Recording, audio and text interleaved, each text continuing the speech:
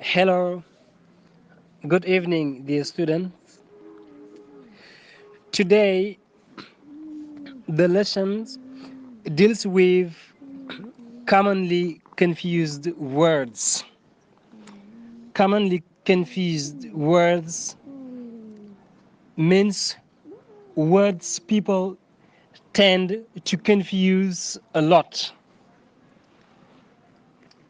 Commonly confused words means words people tend to confuse a lot. Voilà, comme ni ma ko waxee sànq donc tey leçon bi dafay porté wu ci li ñu wax commonly confused words. Commonly confused words mooy baat yi nga xamante ne ni nit ñi dañ koy faral di jaawale lu bari. Commonly confused words means words people tend to confuse a lot. Ok, léegi tey maa ngi am advise ak advice ji nga ni nuroo waaye liir bi wuute na tuut daal parce que bu dee s bi si la sa baat di gën a diis daal.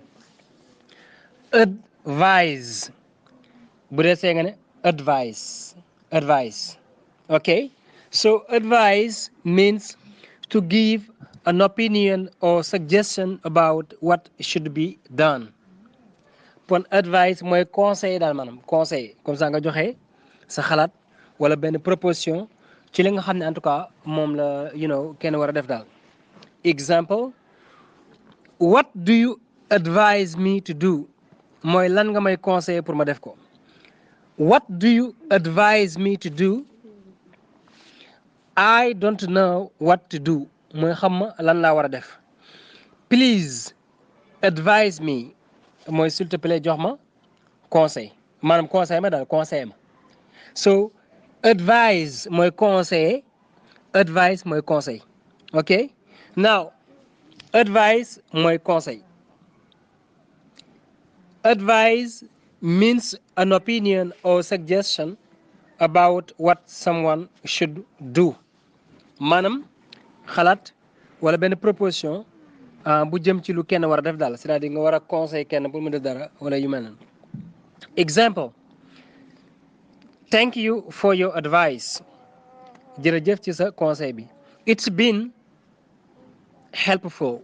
It has been helpful mais dama ko contracté mooy jërëjëf ci sa conseil bi maanaam daal nekk na lu am njariñ daal.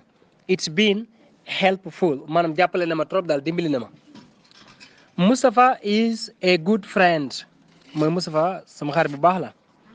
He gives me some good advice every day mooy damay conseil yi baax chaque jour damay jox conseil yi baax chaque jour voilà.